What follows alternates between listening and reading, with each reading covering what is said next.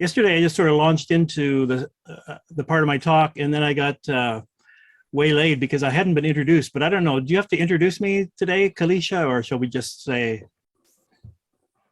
I wasn't told I did, but I certainly Good. can. No, no, that's good. That's good. That's fine. That's Why don't I just start? So I grew up on a farm, and I've worked at various places, including universities. But I'm very interested in food and agriculture and rural, and so. Let me just share my screen here, and I can get started with the second part of this talk I was started on yesterday. So where were we? Now let me just quickly interject about this title, the latter part of it, a climate that couldn't cope. But I'm not saying in any way that it's not that it's the climate that can't cope. No, it's really it's going to adapt, and it'll be fine. Thank you very much. But to be fair, it's probably likely us, who as a species who won't be able to cope if things continue to move in the direction they are. So I'm not dissing the climate, don't worry. How do farmers produce, save the planet, and make a living in this context? So this is part of a two-part talk. Yesterday was really good. Today's is less than magic, but you know how it goes. But I'm using the example of a half dozen of my cousins and the ways they're producing food and trying to be sustainable in these days. And it's kind of a jumping off point. Like yesterday, I'll mention a few of the trends that are taking place as well, because I find that they're kind of interesting as a way of connecting to sustainability, which is our big focus here. So yesterday we met three of the cousins. There we go. Thomas is a large corn soybean operator, seed, custom drying, and so on. Jason, who has the selected local vegetable products, agritourism, UPICs, and then Amy, sort of hyper-local CSA, beginning to think about integrating animals into the mix. So today we meet Ronald, Aaron, and Seymour. But before we quite get there, what is sustainability? I realized yesterday I decided to wait for everybody else, all the other speakers, to define it. So I should just overwhelm you with a few definitions today. So the ability to still be here for the foreseeable future, that's kind of an easier way to put it.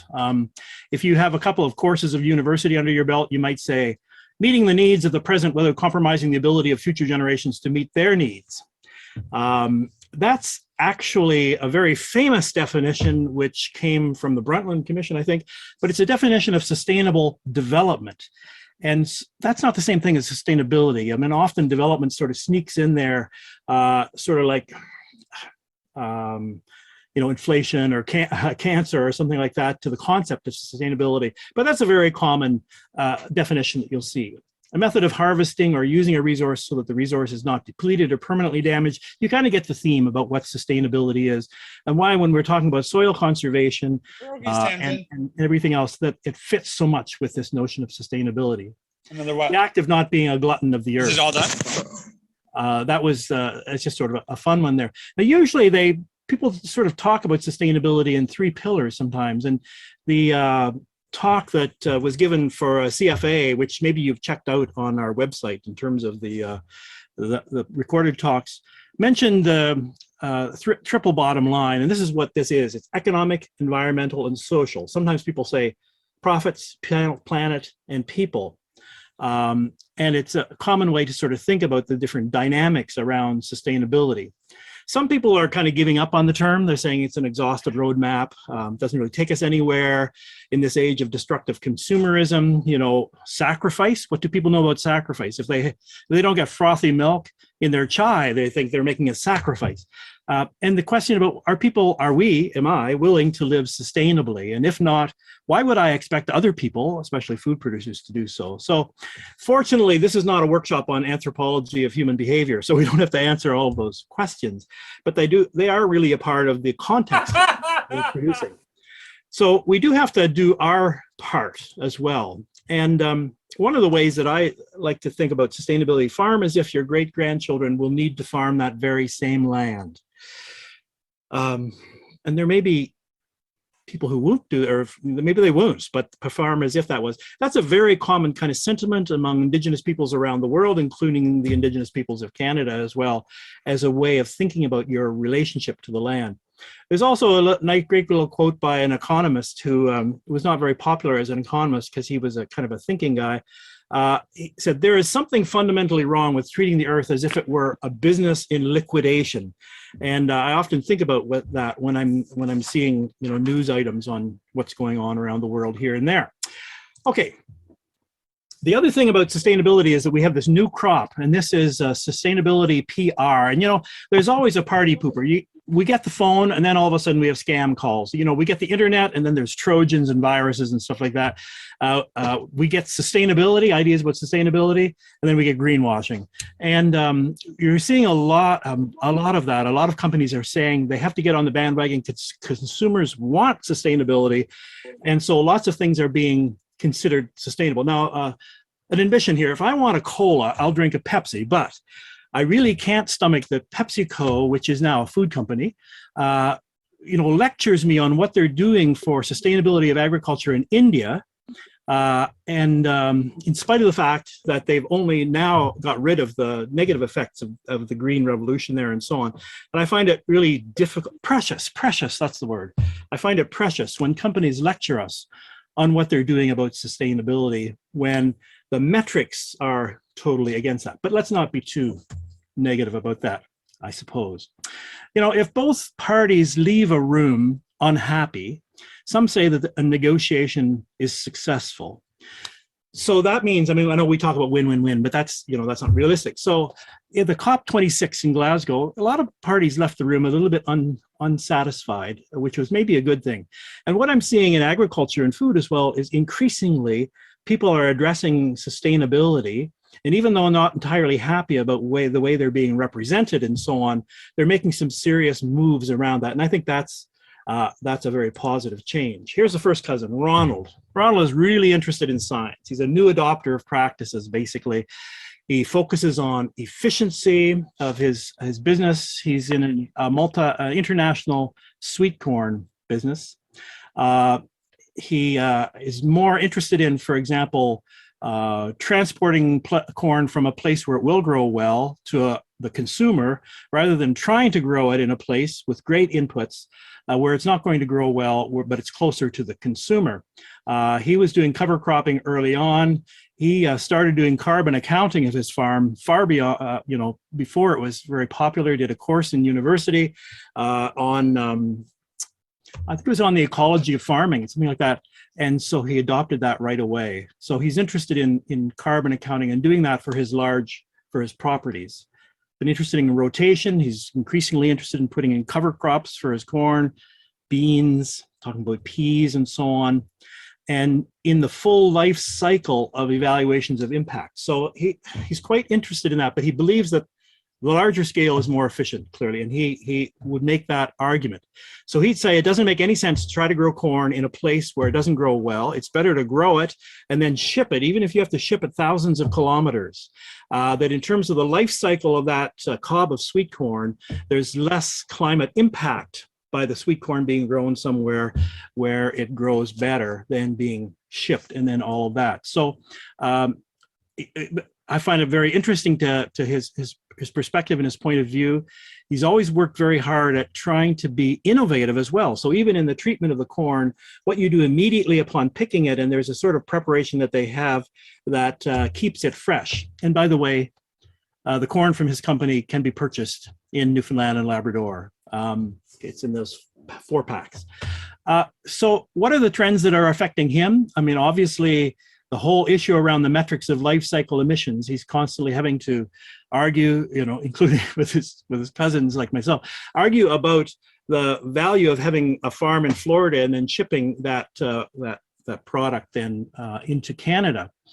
But he's decided to grow in, I think there's 5 different kind of eco zones where the growing season is different. So he has fresh corn year round. Worker shortages affect him as well. He has had some temporary foreign workers and so on, and that's an issue. The debates around local and efficiency is something that's really close to his heart. And also decision-making about new technologies. A lot of new technologies aren't particularly useful, and he's continuing to wait until they become cost effective. The next cousin's slightly different. I'll call him Aaron, and used to do a lot of crops, canola, wheat, that sort of thing. A lot of custom work, great skill and experience with machinery. But as plant-based protein demand increased, he decided to switch to crops like peas and pulses. And he's very well read on carbon contributions to agriculture. He likes to make lots of discussions about what kind of farming is more efficient or less efficient when it comes to carbon. But it's kind of an interesting conundrum because Aaron is a grass-fed steak lover. He loves that. But he's growing veggie burgers in part. But what he would argue is that, okay, if people stop eating, then it's really bad for farmers, right? But if they switch some of theirs from animal-based protein to a vegetable-based protein, a farmer still has to grow that. And so I'm going to grow it, because it probably makes more sense. So he's made that decision.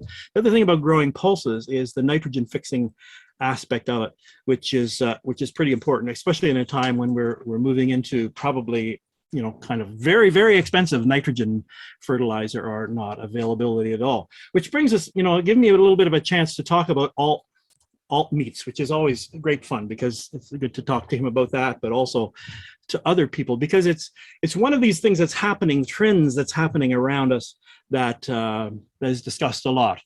And probably if something is a trend, it's not necessarily sustainable, but I think it maybe is here because if you look at the history of it, the Buddhists were doing alt meat back in 1,000 years ago or so, 900 or 1,000. In the monks who were vegetarian or vegan, had lots of visitors who came who were carnivores. And in order to make everybody feel better, they'd make things that kind of looked like and tasted like and had a mouthfeel of meat, but it wasn't meat. And you see early recipes from the early part of the millennium from there. The other thing is all about I don't know if you know about mock chicken, and I was thinking about mock chicken when I was thinking about alt meats, talking about the history of this. Back in the 13th century, or 15th century, I believe, King Henry IV from France said, this is a quote that might be familiar, "If God keeps me, I will make sure that no peasant in my realm will lack the means to have a chicken in the pot on Sunday." Go ahead to 1928, Herbert Hoover had that very famous quote, which was then repeated many times, "If I win, there will be a chicken in every pot and a car in every garage." The interesting thing about chicken is that in many parts of our Western history anyways, people liked chicken, but it wasn't as easily available as it is now. And it was kind of a very high value placed on chicken. Commercially available mock chicken goes back to about 1908 or something like that in North America. And we started to see it. There was something called city chicken because in the countryside, you have chickens to lay eggs. And once they stop laying eggs, you eat them, but they're a little bit tough or whatever. But it was harder for city people to get chicken. And so they made this thing, and you can see these are molds. You'd make this concoction and you'd put it in the mold and you'd make something that looked like chicken drumsticks. And the thing is, they were made out of pork and veal often, and a whole bunch of other cereal matters and so on, because pork and veal were cheaper than chicken at the time. But the notion of mock chicken is something that I don't know if you ever grew up on it and ate it. It's sort of like sometimes people wonder, well, is bologna an alt meat? Well, it is. It's sort of like a mock meat as well. But that idea of people wanting a taste or wanting a flavor or wanting a texture, but not necessarily being able to or want to have the products inside that, they choose something alternative. And I think part of the alt meat market is people who are saying, I'd like to eat a few more plants. I probably should eat more, but I really like burgers. And if a plant looks like a burger, I'll eat it, and I'll still maybe eat the burgers as well. The data on people who actually switch away from meat is kind of very interesting. It's a bit like, sure, 1st of January, everybody's going to go to the gym. So when you ask people, are you going to eat less meat this year? They say yes. But the reality is, if you look at 24-hour diaries of what people are actually eating, it hasn't gone down particularly much. But just the idea of, alternatives to meat have been around for a long time. Sometimes they were alternatives to, there were different kinds of meat, but just so that we get a little bit more comfortable with that concept. Now, what is happening to meat? Obviously, we've sort of been declining in Canada, and it's leveled off now. Canada is among there are a number of developed nations where income is increasing, but people have leveled off in terms of the amount of consumption that they eat. The big thing is that we're eating different kinds of meat. And you know, the mock chicken thing, I said people wanted to eat chicken back then, and they seem to now as well. So you can see from 2000 to 2020, and I left all the other years out there, these are the pounds of meat of those three kinds of meat. And so people have gone from 166 pounds to 147, so it's decreased, but they've gone, you know, from 64 pounds of chicken to 75, and from 54 of beef, and so on. This is not necessarily good for beef farmers, but this is not grass-fed. This is not, you know, beef. There's a whole different thing there. If you need to see it visually, there it is. You can just see the lines going up and down. Now, the interesting thing too about our meat consumption in Canada is that about 30% of it, the meat protein, is as processed meat. And this is the area where alt meats can really kind of mimic a little bit easier than other kinds of meats. So there's two sort of kinds of alt meats that people talk about broadly. One is the cellular or lab-made meats. And these are the ones that are often touted in the press as being high-tech, great, amazing, what they're going to be able to do. This is creating animal products without the involvement of animals. You take cells from animal tissues and then you reproduce them in the lab. And there are some prominent writers who are very, very excited about this. There's a famous column written by George Monbiot, and I've got the quote there, or the listing of it. Lab-grown food will soon destroy farming and save the planet. Oh, people responded to that. That was incendiary. But many wise folks responded from many parts of the world to this idea of farm-free food, which allows us to sort of rewild large areas, as he thought. But it was a very naive view of the industrial needs of this kind of cellular agriculture. And the other thing is, what's the effect of removing livestock from the landscape, for one? Part of the, you know, what I'm talking about here too is this notion of sustainability implies reintegrating livestock, crop, wild areas, whatever. And so how will we put nutrients back in an age when nitrogen fertilizer is no longer available? A great quote is from Vandana Shiva, who I always love, you know, what she's writing about, but she has responded to a lot of this cellular agriculture discussion. And she said, we are part of nature, not separate from and outside of nature. Food is what connects us to the earth, its diverse beings, including the forests around us, through the trillions of microorganisms that are in our gut biome and which keep our bodies healthy, both inside and out. And there's a lot of discussion about gut biomes these days. I understand that they've even identified or isolated the gut biome of the Yanomamo, which are people in the Venezuela, in the Amazon, who have really vibrant gut biomes. And you can actually buy some of that and try to get some of that Yanomamo gut biome into your own. But it's a great quote there talking about what's the effect then of divorcing ourselves from the animals and the rest of the earth, that really earth is what gives us food. And I put there, you know, the true factory farming. This is a picture of what cellular agriculture labs kind of look like. The other thing is that in terms of the financiers, they're starting to look a little bit more about the high costs of cellular agriculture. They said if we want to replace 10% of the world's meat, we're going to need 4,000 factories. Each will cost about $500 million. And the amount of antibiotics you'll need, because you're growing cells in a closed environment, it'll have to be a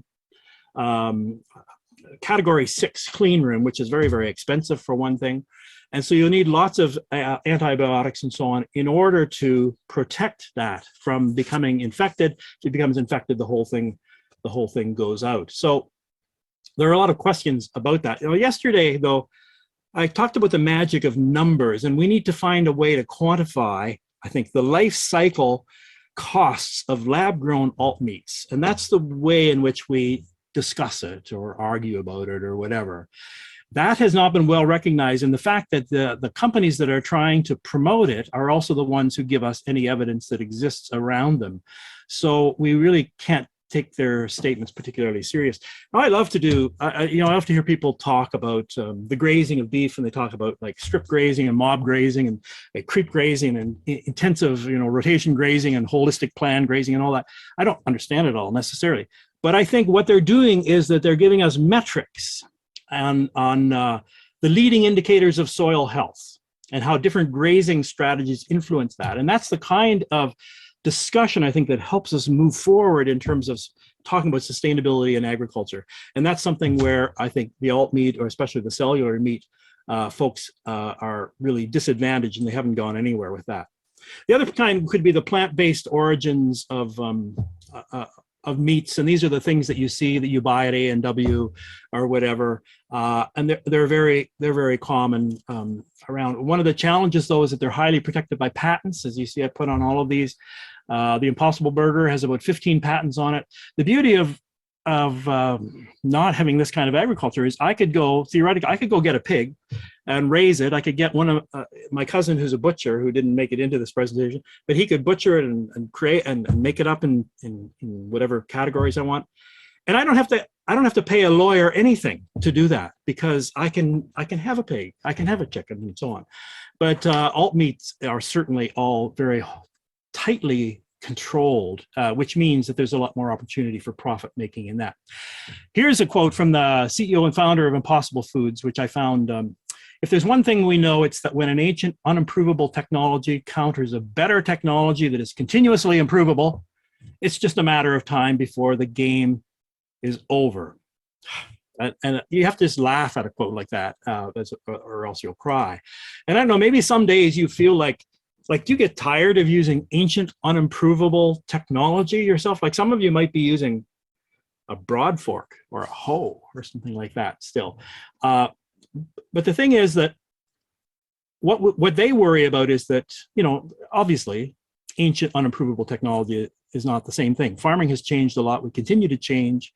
Every year there are new alterations in small kinds of technologies as well. Basically, you're comparing an established and successful method of creating food compared to their method, which is an expensive, unclear, secretive, and unproven technique. And that's really the question that we should be asking. But what they worry about is that the unimprovable, what they call the ancient unimprovable technologies of farming, isn't a $3 trillion opportunity in the same way. And that's what Impossible Foods is looking at. So climate change response is all about tools and technology, as you've heard from some of the other speakers as well, and continues to be so. Almost done here, but just just to get a bit of a break, I always put a couple jokes in. You see this here picture on the left, invisible tape. Now, some of you might think that that's empty and you'd want to fill that up, but it's invisible tape after all. So how can you tell when to stock invisible tape? Because it's gone, obviously, right? No, it's still there. Anyway, this other one was salt, and you can see on the form, this is, it says that it was formed by the primal sea more than 250 million years ago, but it has an expiry date on it. It expired in 2019. So there's your luck, 250 million year old salt, and it's 2 years out of date. I don't know if I once got a bottle of water that had an expiry date on it. I don't know how that works. Last cousin, Seymour, and I want to put him in there. Seymour grew up on a farm, but couldn't afford to farm, so he became a farm laborer. He grew up on a mixed farm. They mostly had chickens. We used to buy our eggs from them. They worked, so he ended up working chicken and turkey barns, and some independence in that, because you're sort of working on your own. But there are lots of responsibility, and the thing is that there are very few chances for input. And so I bring this up because there are a large number of people within agriculture and food production who are Seymours, basically. They don't have the capital to go into farming themselves. They aren't interested in doing the small scale thing that I talked about yesterday with Amy. And they end up being in a position where they don't have a lot of input necessarily into sustainability. They're the ones who work the barns all the time, but they might not have a lot of input into how it can be done differently. The ironic thing about Seymour, too, I found, is that he rediscovered his love of farming and gardening in retirement. He posts all these things on Facebook. And I asked myself, how can somebody spend a lifetime in agriculture and just now notice what happens to a tomato or another plant when it grows? So Seymour, to me, raises more questions about the future in terms of how do we provide a way for some of these people to also have input into sustainability for agriculture, because he represents a very large group of agricultural workers. Just to wind down the last 2 minutes here, the road ahead. Well, there are policy levers, and I'm not sure if government will use them, but there have been suggestions to repurpose some of the agricultural subsidies, whatever you call it, with a particular eye to providing benefits to those farming technologies and those farming producers and processes that favor carbon capture and that are more sustainable.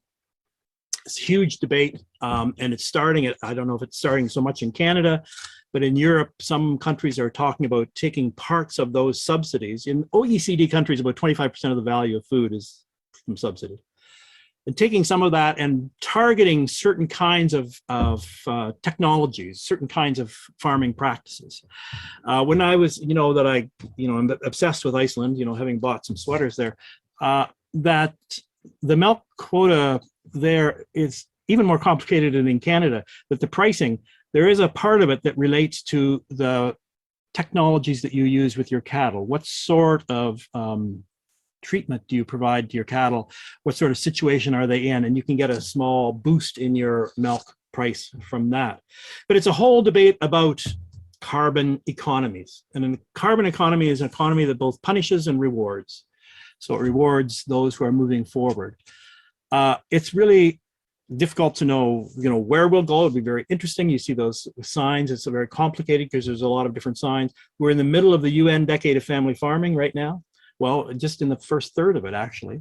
And around the world, there are 608 million family farms, something like that, which farm about 70 to 80% of the farmland. They provide 80+% of all of the food that's grown in value terms. And, it's kind of interesting that mixed farming is sort of back in style as we talk more and more about sustainability, about integrating animals and crops and other areas. Mixed farmers might not realize that then yet, because it doesn't feel like it in terms of the rewards for that.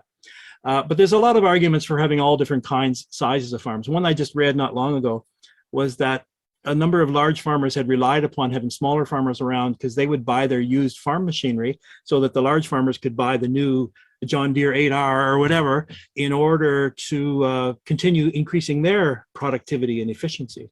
And without a lot of other small farmers around to provide that market, they're finding a difficulty in moving on to the new technologies themselves.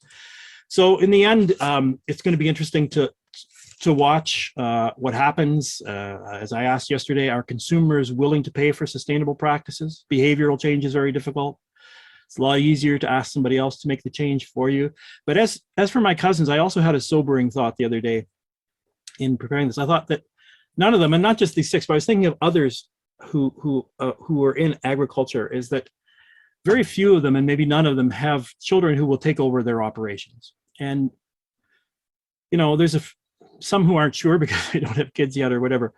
But that's a sustainability issue there, that if you can build an operation and you're the first generation to run it, but you're also the last generation to run it, says to me something there. That's it. I think that the advice that I like, if you're talking about sustainability, I still like that quote there, that farm as if your great-grandchildren will need to farm that very same land, whether or not they ever do. And to me, I think that is one of the ways to operationalize or think through or make practical or make real farming sustainably. So that's what I have this afternoon for you. And thanks so much for your attention. I'll stop sharing the screen.